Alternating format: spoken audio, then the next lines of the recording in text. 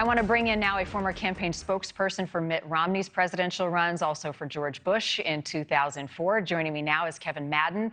Mr. Madden, thank you for being with us this morning. Brian hit on Marni, great to be with you. Thank you. Brian hit on a lot of really important issues facing Latino voters, the economy being one of them. But what are some of the other big social issues that you think are important to Latino voters that Democrats and Republicans need to be paying close attention to right now? Well, look, I think one of the things that there's an old way of looking at how you motivate Hispanic voters, and then there's a new way. I think the old way was that, as the Democratic chair in Nevada mentioned, that, demographics was destiny. As more Democrats actually, or as more Hispanics came into the country and they were a larger share of the vote, that was good for Democrats. And then the other idea is that they're just motivated by immigration. And I think, as Brian's package pointed out, they are motivated by a much broader range of issues.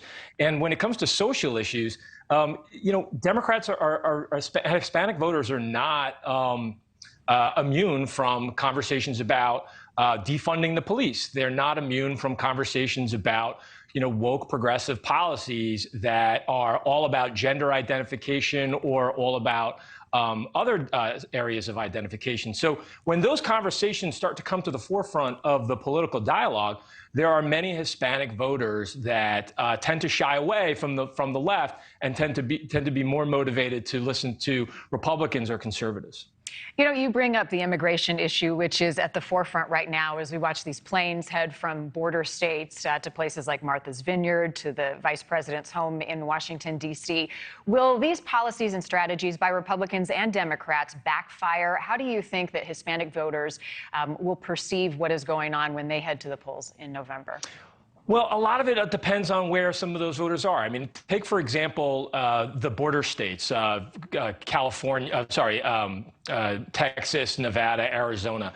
In many of those states, there are worries about the influx of immigration as well, because it does strain services. It does affect schools. It does affect hospitals.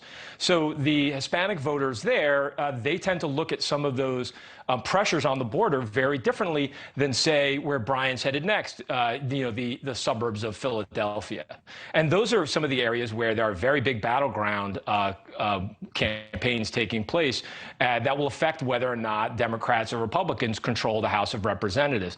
And in many of those suburban districts, independents and even some moderate Republicans tend to recoil at the idea of politics and posturing and stunts like what Governor DeSantis pulled by sending some of those migrants to places around the country. So it's very dependent on the makeup of the voters in a particular given state and a particular given congressional district. Let me ask you, Kevin, who's doing a better job right now, immigration aside, because that's the issue that we're talking about every single day, Democrats or Republicans, in addressing what is important to Hispanic voters?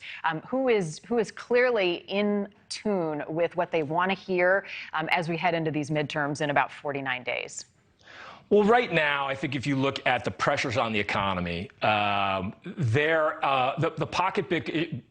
pocketbook issues that are driving a lot of voter anxiety, a lot of tension amongst the electorate, Republicans are clearly, I think, in an advantage there, because they are able to draw a contrast message against rising prices, the cost of inflation, the cost of housing. And so when you're able to really have an acute economic message at a time where pocketbook issues are really driving a lot of voter anxiety, that does give you an advantage. Let me ask you this, Kevin, and Brian hit on this as he was talking to voters in Arizona this week. They have this overarching lack of faith and disappointment in government as a whole. Are you seeing that with Hispanic voters as well, that they don't feel represented in Washington, D.C.?